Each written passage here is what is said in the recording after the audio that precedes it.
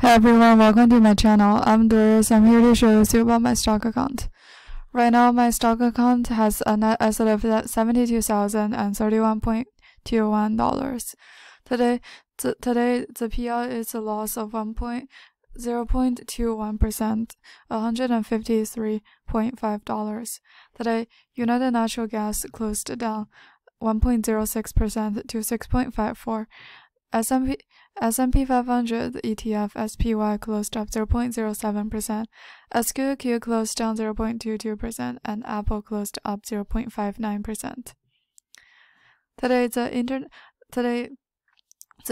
internet industries continue to lead with a gain of less than 1%. Dow Jones Industrial Average closed lower to 0.12%. Nasdaq Composite closed up 0.08%, and S&P 500 closed up 0.1%. Today, the oil and gas industry led with a loss of 1.65%.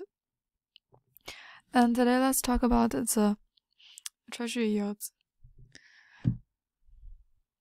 And the Fed Chairman Jerome Powell delivered his opening speech to celebrate the 100th anniversary of the Fed's research and statistics arm, and then in his speech he claimed that the Fed must be willing to think beyond the complex mathematical simulation and traditionally used to predict the economy. Intellectual rigor must combine with flexibility and agility. The Fed's Research and Statistics Division provides economic forecast to the FOMC each year, as well as the latest report updates on the current data, policy, and economic issues. And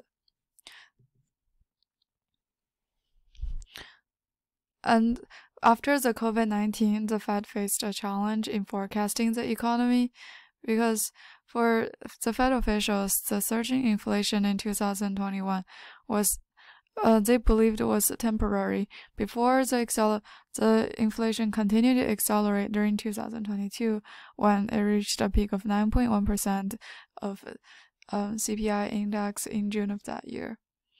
After a series of bank failures in March, Fed officials predicted a modest recession later this year, but abandoned it a few months later.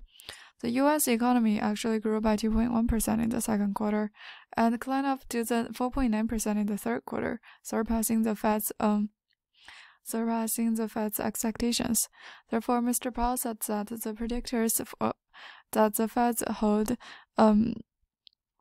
needs to be more relevant to the circumstance of the environment when the prediction is made, because the different connections to the different sectors of the economy were important.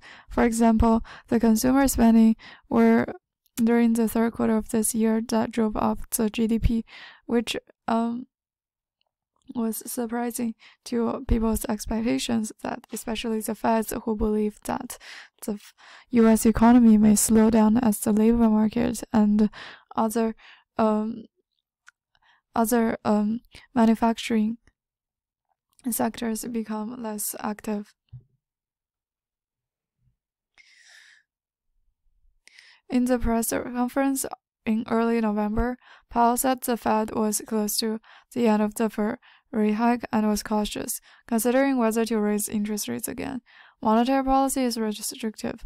We're not sure whether that restriction is sufficient, or if it costs to even if it continues to raise rates in December, it does not necessarily represent the end of the rate hike cycle and did not consider a rate cut.